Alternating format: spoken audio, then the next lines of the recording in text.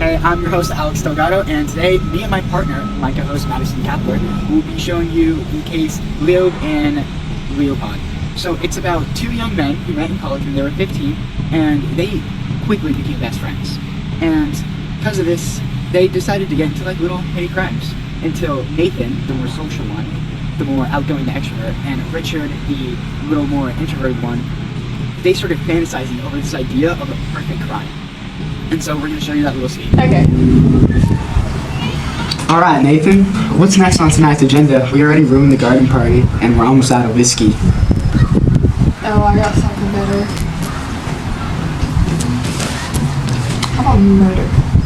Murder? Really? Don't tell me you're growing tired of ruining reputations. Not just any murder. It has to be unexpected. Ridiculous. Ridiculous even. Like, something the whole town will never stop gossiping about. Alright, Nathan, you've got my attention. Who's the unlucky soul? Bobby Franks. The Frankie boy? The one who delivers papers and sings off King of Church? That's the one. No one will ever see it coming. A sweet, innocent boy like Bobby would be the perfect scandal. You're awful, but you're right. It would send Miss Frankie into hysterics. Exactly. Imagine that headline. Beloved choir boy found dead. The whole town would be in a frenzy. Alright, Nathan, let's hear it. What's your grand plan?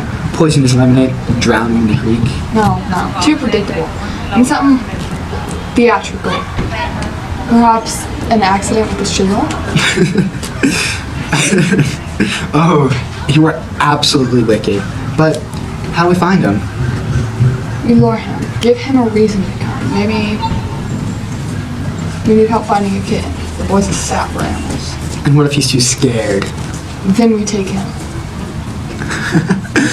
Oh, you're terrible. But that's why I adore you. This is why we'll never be invited to Sunday supper.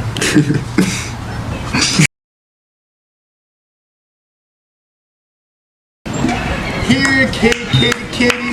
Here, kitty, kitty.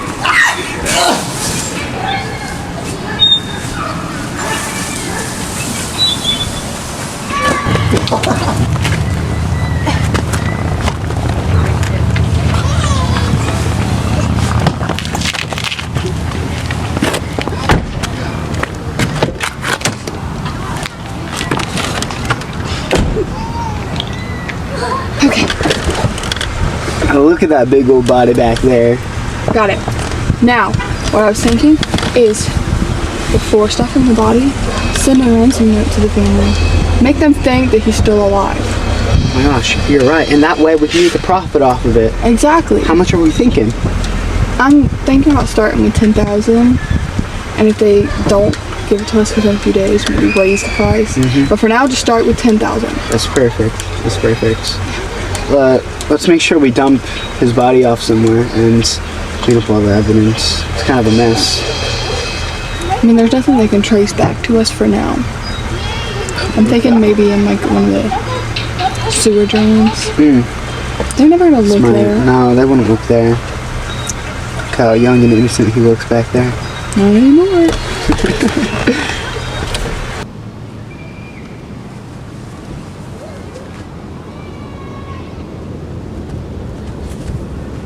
Roll it down to you.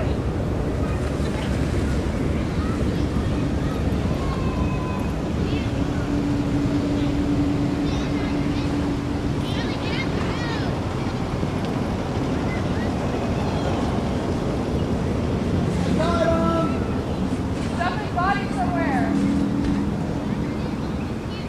Oh my gosh, why is he so fat? He's 14. What do you expect? I can't beat him. Just cuff him. He's dead already. Ah! Hurry, Okay, come on. let's go. Where's your glasses? Who cares where my glasses are? Someone's gonna see us. We gotta go. Okay, so as we've just seen, Richard and Nathan have successfully plotted and killed Bobby Franks and threw his body into a sewage loop.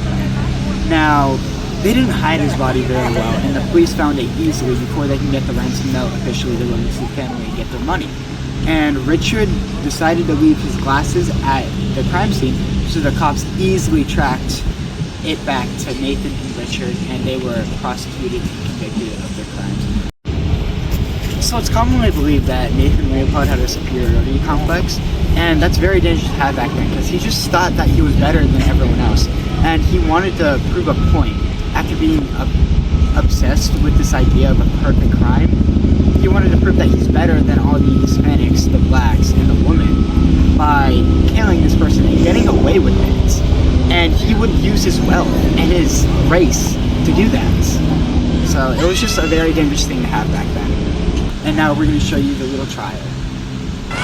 Your Honor, the defense maintains that the circumstances surrounding the case call for leniency.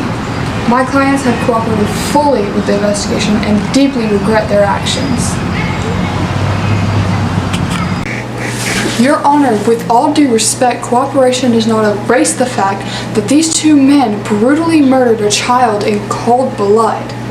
This crime was premeditated, heinous, and warrants the maximum punishment. The victims' families deserve true justice. Miss Wallace, I've heard your argument. Let's not rehash the trial.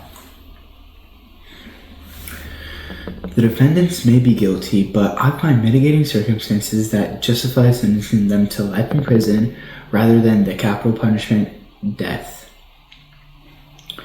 Now, by the power vested in me, Richard Leob and Nathan Leopold are sentenced to life in prison without the possibility of parole. Your Honor, if I may request a sidebar? Granted. With all due respect, Your Honor, this decision is unprecedented. You've ignored overwhelming evidence, the jury's recommendation, and the victim's family. Are you being pressured? Tread carefully. My decision stands.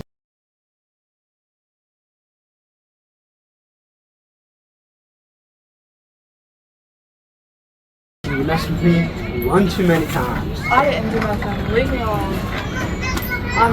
I didn't do nothing. That's not how we do things. Bang! Bang!